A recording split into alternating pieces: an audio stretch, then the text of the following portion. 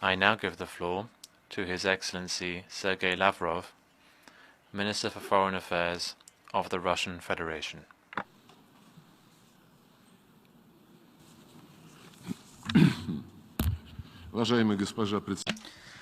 Madam President, distinguished colleagues, ladies and gentlemen, we are meeting at a difficult, dramatic moment. The crises are growing, and the situation in the area of international security is deteriorating rapidly. Instead of having an honest dialogue and looking for compromises, what we're dealing with is disinformation, coarse stagings and provocations. The Western line here undermines the trust in international institutions as bodies where interests are agreed. It also undermines trust in international law as a guarantee of fairness and protecting the weak against the strong. The negative tendencies we're witnessing within the UN in a concentrated fashion too. At the UN, which rose from the rubble of German fascism and Japanese militarism and was created to develop friendly relations amongst its members and to prevent conflict among them. The future of the world order is being decided today, and it is clear to any impartial objective. The question is whether or not this is going to be the kind of order with one hegemon at the head of it, making everyone else living, following his notorious rules of benefit to that hegemon only, or are we going to have a democratic, fair world without blackmail and without setting fear into the unwanted, without Neo Nazism and Neo colonialism? We made a firm choice for the latter, and together with partners and like-minded people, calling upon everyone to work for its implementation. What is receding into the past is a unipolar model of world development which served the interests of the 1 golden billion, and its overconsumption level came from the resources of Asia, Africa, and Latin America. Today, we're witnessing sovereign states ready to defend their national interests, and this results in the creation of an equal, socially oriented, and sustainable multipolar architecture. But the objective geopolitical processes are being seen by Washington and fully subjugated to it. The elites of Western countries are considered by them as a threat to their dominating position. The United States and allies want to stop the march of history. At some point in the past, declaring that they were victorious in the Cold War, Washington erected themselves into an almost envoy of God on earth, without any obligations, but only the sacred right to act with impunity wherever they want. And this can be done anywhere against any state, especially if they're somehow displeased the self-proclaimed masters of the world. We do recall the wars of aggressions very far from American shores in Yugoslavia, in Iraq, and Libya, which claimed many hundred thousands of peaceful lives. Were the truly legitimate interests of the West were impacted in any one of those countries? Was English banned or any other language of NATO countries banned there? Mass media, culture? Were the Anglo-Saxons declared to be subhuman, or heavy weaponry was used against them? So what is the outcome of the adventurism of the United States in the Middle East? Has a human rights situation improved? Is the rule of law better? The socioeconomic situation may perhaps stabilized, or people's livelihood is better? Name a country where Washington interfered by force and where, as a result of that, life improved. Trying to restore a one-polar model under the slogan of a rules-based order, West is introducing dividing lines everywhere along the lines of a confrontation between blocs. You're either with us or against us. There is no third option possible. There are no compromises.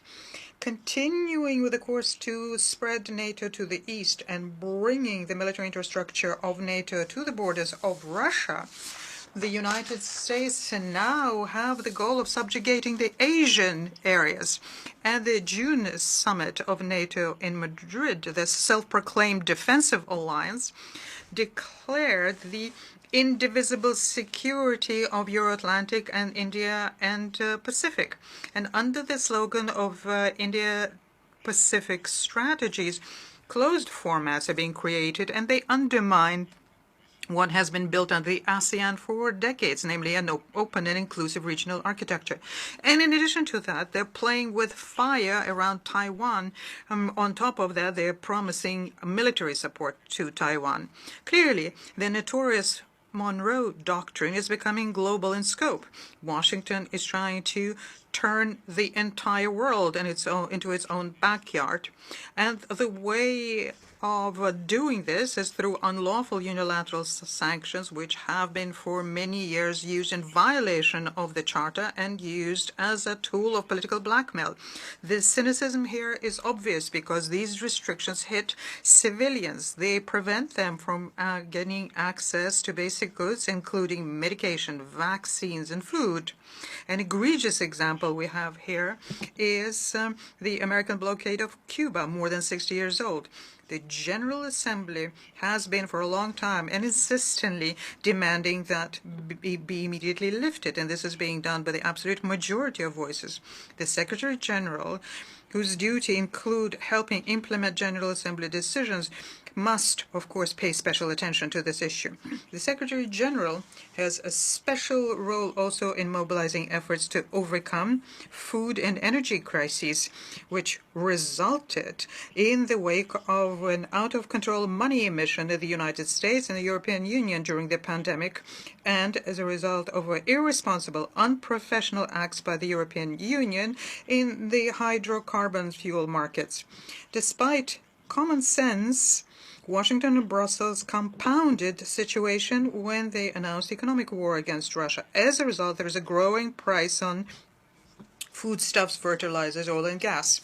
We welcome the efforts made by the Secretary General when they helped arrive at the Istanbul agreements on the 24th of June, but they need to be implemented. But so far, the ships with the Ukrainian grain go somewhere, but not into the poorest countries, on the one hand. On the other hand, the impediments by U.S. and EU, the financial and logistical impediments against our grain and fertilizers have not been lifted. Furthermore, for several weeks, we have been saying that about 300,000 tons of fertilizer are being held up in European ports, and we have been proposing that they be forwarded free of charge to the needy countries in Africa. But the European Union is not heeding this. The official Russophobia in the West is unprecedented now. The scope is grotesque. They're not shying away from declaring the intent to inflict the military defeat on our country, but also to destroy and fracture Russia. In other words, what they want to do is to remove from the global map a geopolitical entity which has become all too independent.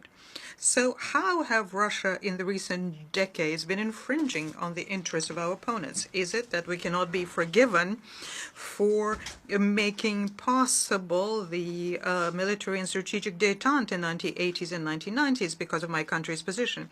Or is it that we voluntarily dissolved the Warsaw Treaty Organization and thus removed the reason for NATO's being? Is it that we supported the reunification of Germany without any preconditions and against the position of London and Paris? That we withdrew our military from Europe, Asia, from Latin America? That we recognized the independence of former Soviet republics? That we believed the promises of Western leaders not to expand, not by an inch of NATO in the East, but when it started, agreed to basically legitimize it through signing a founding act between Russia and NATO? Did we infringe on the interests of the West when we warned them that it was unacceptable to bring closer a threatening military infrastructure, bring it closer to our borders? The arrogance of the West, the American exclusivity, have become particularly destructive after the end of the Cold War. Already in 1991, the Deputy Chief of Pentagon, Paul Wolfowitz, in his conversation with the NATO Commander Europe, Wesley Clark, stated openly that, I quote, "After the end of the Cold War, we can use our military without any fear of reprisal. We have 5, maybe 10 years so as to clean out the surrogate Soviet regimes, such as Iraq and Syria, until such time as there is a new superpower who can challenge us. End of quote. And I am convinced that at some point in someone's memoirs, we will find out how the American strategy was being developed as regards Ukraine. But even so, Washington's plans in this regard are obvious in any event. It is possible they are not being forgiven. At the request of the United States and the European Union, we supported the agreement of the Ukrainian president at the time, Mr. Yanukovych, his agreement with the forces of opposition to resolve crisis in February 2014. These agreements were guaranteed by Germany, Poland, and France. But the next morning, they were trampled underfoot by the leaders of the bloody coup, who thus humiliated the European mediators. The West simply shrugged and watched in silence how members of the coup started bombing the eastern of Ukraine, where people refused to accept the results of the coup, watched as organizers made into the rank of national heroes the accomplices of Nazis. Were we expected to acquiesce in the Kiev intent to ban the Russian language, education, our mass media and culture, with their insistence on chasing the Russians out of Crimea, on waging war against Donbass, whose citizens were proclaimed by the then authorities and now authorities in Kiev, proclaimed to be not people but specimens? Is it that we violated the interests of the West because we played a role in stopping the forceful actions by the Kiev Neo Nazis in the east of Ukraine, and then demanded that the Minsk package of measures be implemented, something that was unanimously approved by the Security Council, but then laid low by Kiev with the participation of US and EU.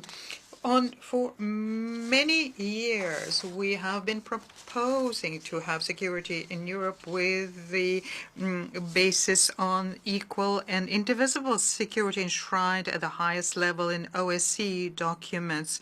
According to this principle, no one is to strengthen their own security at the expense of others. And the very last proposal to make these agreements legally binding, something that we introduced in December 2021, and the reaction was an arrogant rejection of that. The incapacity of Western countries to negotiate and the continued war by the Kiev regime against their own people left us with no choice but to recognize the independence of the Donetsk and the Lugansk People's Republics and start a special military operation to protect the Russian and other people on Donbass, and so as to remove the threats against our security, which NATO had been consistently creating in Ukraine at our borders. The operation is conducted in pursuance of agreements on friendship, cooperation, mutual assistance between us and that republic, and on the basis of Article 51 of the UN Charter. I am convinced that any sovereign, self-respecting state would do the same in our stead, a state which understands its responsibility to his own people. The West is now throwing a fit because of the referenda which are being conducted in the Lugansk, Donetsk, Kharkov, and Zaporozhye oblasts. But people living there are basically only reacting to what was said to them by the head of the Kiev regime, Mr. Zelensky, in August 2021. At the time, he said anyone who feels themselves to be Russian for the benefit of their children and grandchildren to get out and to go to Russia. And that's what the inhabitants of those regions are doing, taking their land with them where their ancestors had been living for hundreds of years.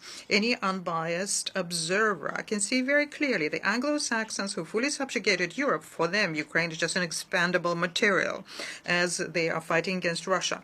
NATO declared that our country is an immediate threat on their way to total domination, and a long-term threat will be the PRC. At the same time, collective West, headed by Washington, is sending frightening signals to other countries saying anyone who disobeys can be next. One of the consequences of the crusade by the West against the objectionables is the growing decline of multilateral institutions. They have been turned by the United States and allies into tools to implement their own selfish interests. This is something that is being pursued at the UN, Human Rights Council, UNESCO, and other multilateral institutions. The organizational prohibition of chemical weapons has basically been privatized. Fierce attempts are being made to prevent creating within the Convention on Biological and Toxin Weapons of a mechanism which would ensure transparency for hundreds of military biological programs of the Pentagon has around the world, including on the perimeter of our country and throughout Eurasia. And these programs are far from harmless. This is irrefutable, according to the facts that we came to in Ukraine.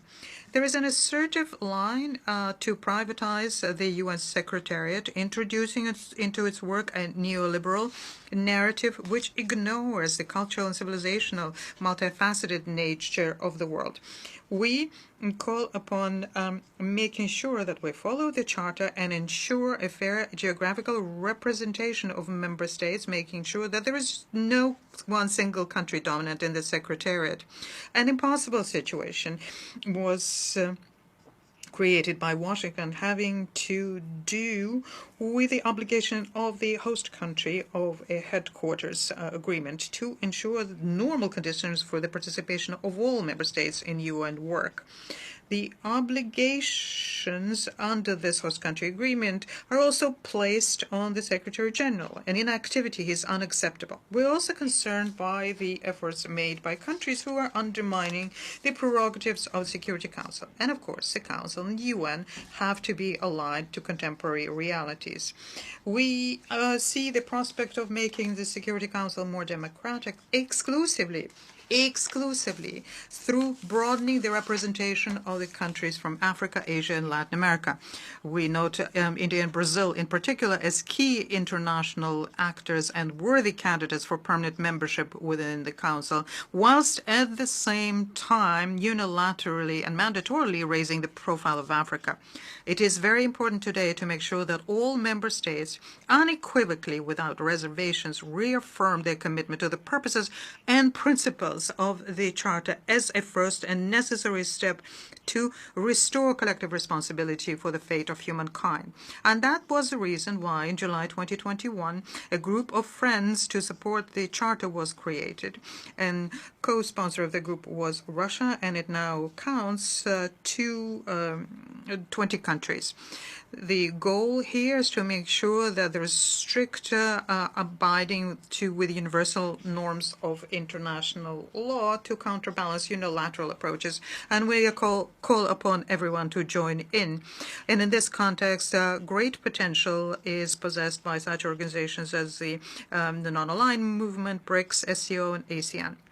The Western colleagues are very aggressive in imposing their understanding of democracy as a way of organizing life to all countries, categorically do not want to be guided by democratic norms in international affairs. And a very good example, the situation in Ukraine. Again, it would seem to be that Russia justified its position, has been justifying it for years, and the West said they disagree. Okay. Well, let other members of the international community decide for themselves what their position would be, on the side of one, on the side of others, or neutral.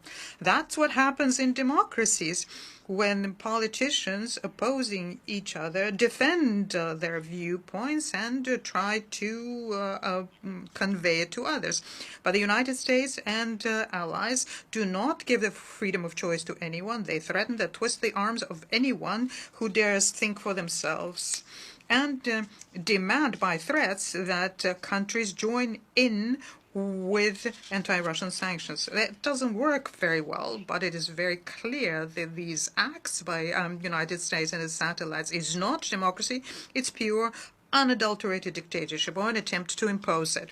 We're left with a strong impression that the Washington and subjugated Europe are trying to keep their disappearing hegemony using prohibited means. Diplomacy constantly is being replaced by illegal sanctions against competitors in economics, sports, information area, culture, and generally in contacts with people.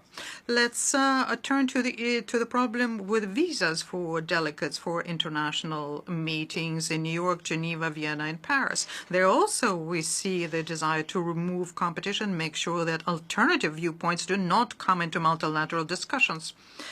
I am convinced that we need to protect the UN and scrape everything that's confrontational and superficial from there and give it back its reputation and an honest platform to seek for balance for all member states. And this is the approach that we're guided up when we put forward our national initiatives. It is of principal importance to make sure that we have a comprehensive ban on the deployment of weapons in space, and this is the reason for the Russia-China draft international treaty considered by the Conference on Disarmament. It's particularly important to protect our cyberspace within the open-ended working group of the General Assembly on the agreements on how to protect international security and to use a special committee for universal convention on how to counter the use of ICT for criminal purposes. We continue supporting Office on Counterterrorism and other anti-terrorist entities within the UN, and we go to continue develop relationships between the UN, CSTO, Eurasian Economic Union, CIS, so as to pool our efforts in the greater Eurasia. We call for an enhanced work on overcoming regional conflicts. We think that the priority here is to overcome the impasse in creating an independent Palestinian state, restoring restoring the state of Iraq and Libya destroyed by NATO aggression, neutralize the threats to Syria, having a sustainable process of national conciliation in Yemen, overcoming the heavy burden of NATO presence in Afghanistan. And we are working on restoring the original JCPOA on Iran nuclear program, ensuring the comprehensive settlement on the Korean Peninsula. Many conflict situations in Africa require that we reject the temptation to play a zero-sum game there and that outside players consolidate around the initiatives by the African Union. We are concerned by the situation in Kosovo, Bosnia-Herzegovina, where the United States and the EU are stubbornly leading to the destruction of the international legal basis as we currently have it in Resolution 1244 and the Dayton Peaceful Agreement. Madam President, at times like these, it's natural to seek wisdom from our predecessors. So in the pithy expression of the former Secretary General Dag Hammarskjöld, who remembered the horrors of World War, he said, and I quote, "The UN wasn't created to take mankind to paradise, but rather to save humanity from hell." These are very topical words. They call upon us to understand our individual and collective responsibility for creating conditions for a peaceful and harmonious development for our future generations, and everyone need to show political will for that. When we are ready for such honest work, and we are convinced that the stability of the world order can be ensured exclusively through returning to the origins of the UN diplomacy, basing ourselves on the key principle of true democracy, the respect for the sovereign equality of states. I thank you. Agradezco al ministro de Relaciones. I thank the Minister for Foreign Affairs of the Russian Federation.